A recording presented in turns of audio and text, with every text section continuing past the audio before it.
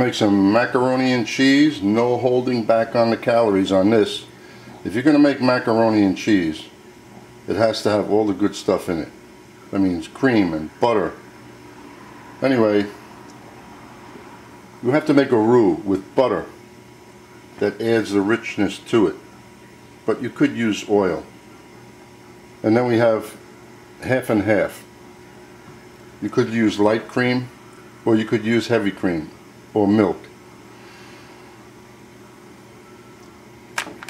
Sharp cheddar cheese, your choice of cheese. Buy the shredded, it easily melts into the cream sauce. And elbow macaroni. What's important here is that we're going to make the cream sauce, and it has to be thin. You don't want to eat macaroni and cheese like when you eat out. It's like you got to cut it with a knife. Macaroni, a good macaroni and cheese has to be soft and runny, and that's what we're going to make. The right ratio of everything, it comes out fantastic. So let's begin. Begin with a pot of boiling water for the pasta, and make sure that you taste the pasta water and you taste a little salt in there, because if you don't season the water, this pasta after it's cooked draw the flavor out of the sauce and everything, and it won't be as tasty. That's important. That goes with any kind of pasta you're going to cook.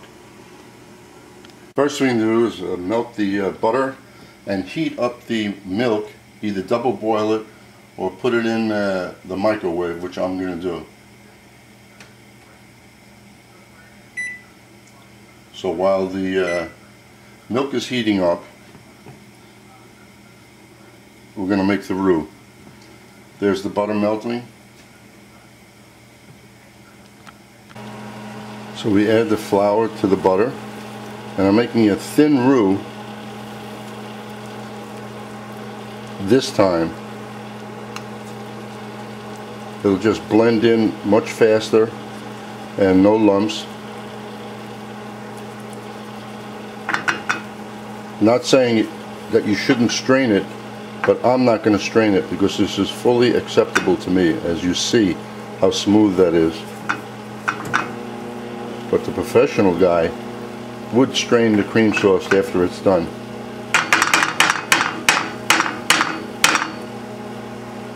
Now the roux is ready.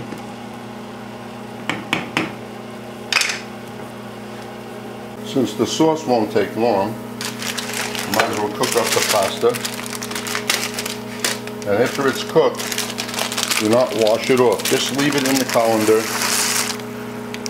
Always use a lot of water when you're cooking pasta. It won't be starchy when you get done.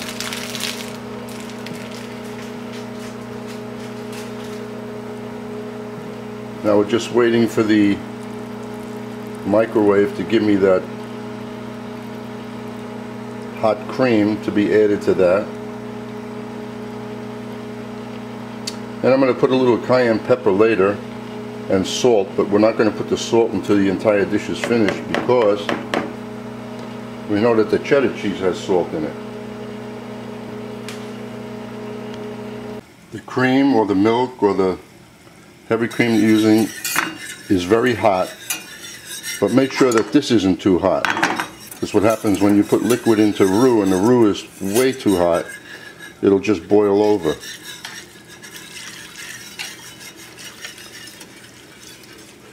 And we don't want to make this too thick,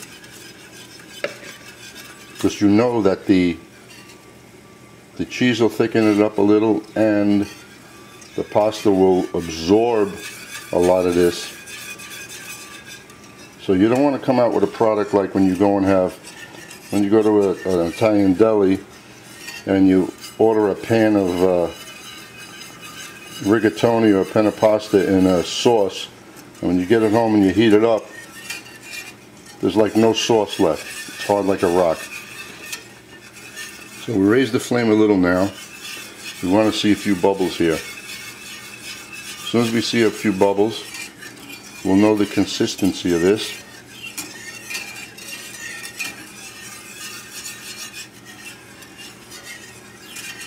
And make sure you use a thick bottom pan or pot so your sauce doesn't scorch.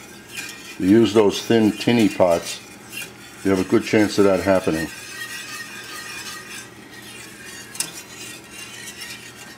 Maybe I should have used a little larger one to work with, but I'm managing with this. And now we just wait a few minutes. Let's raise it up all the way. Now into the cream sauce, we're going to add the cheese. And we're doing this on the fly, this recipe, which means the amounts of everything that's in there I might change, and already when I'm looking at this, I'm pretty sure that I'm going to add some more cheese to it. Because there's one thing about macaroni and cheese, you want to taste the cheese. But you see how easily the cheese melts right into that?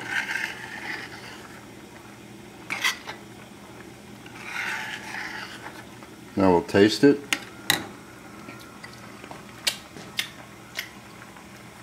And add another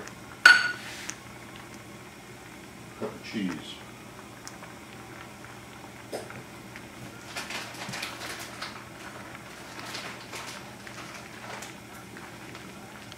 The cheese sauce is almost finished. The pasta is done, so I'm going to strain the pasta right now. Get back to the cheese sauce, finish it off, and then put them together. Okay, the macaroni the macaroni has been strained, put back in the pot, not washed off. Finish the sauce, and hopefully I figured the correct amount of sauce for the amount of macaroni. Now that the cheese is in the sauce, I can add the remainder of the cream, a little half and half, because if I did it before I would have made a mess trying to mix everything if the sauce is too thin.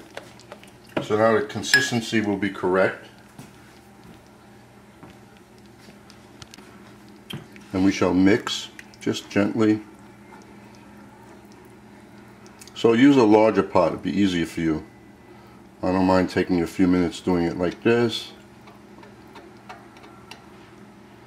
And then we'll look at the thickness,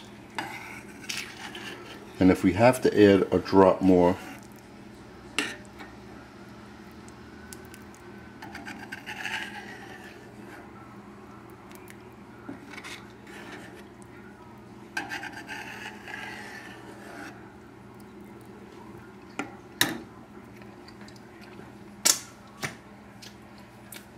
now we sprinkle a little. I'm not putting any salt in there. Little cayenne pepper I'm using. I'm not putting salt because this is salty from the cheese. The macaroni has a flavor because salt was put into the water. So when these two things come together, it should be seasoned enough.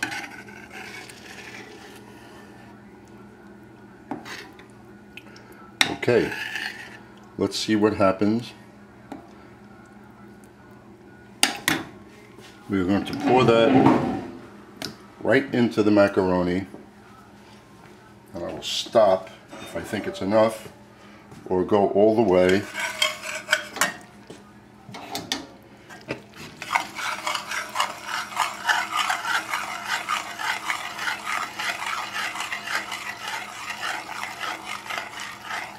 Oh, we're going all the way.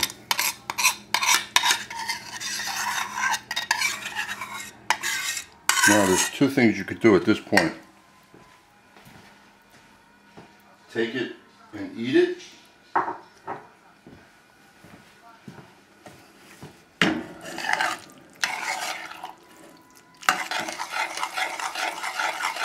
Just the way it is. Or you can put it in a little casserole dish. That's perfect. Look how creamy that is. You put it in a little casserole dish, sprinkle some panko breadcrumbs across the top that have been moistened in butter or olive oil, and put it in a 500-degree oven just for a few minutes to color the breadcrumbs, or put it under your broiler for like 2 minutes to color your breadcrumbs, because you don't want to cook this any more than what it is. And now look how creamy that is. And guess what This is healthier than the stuff that you buy. There are no additives in there. Everything in here is fresh. Let's see how it looks on a plate. Nice and creamy. Let's give it a taste test. Now, of course, I'm not going to be eating this. I'm saving this for somebody because I could eat half the bowl. And actually,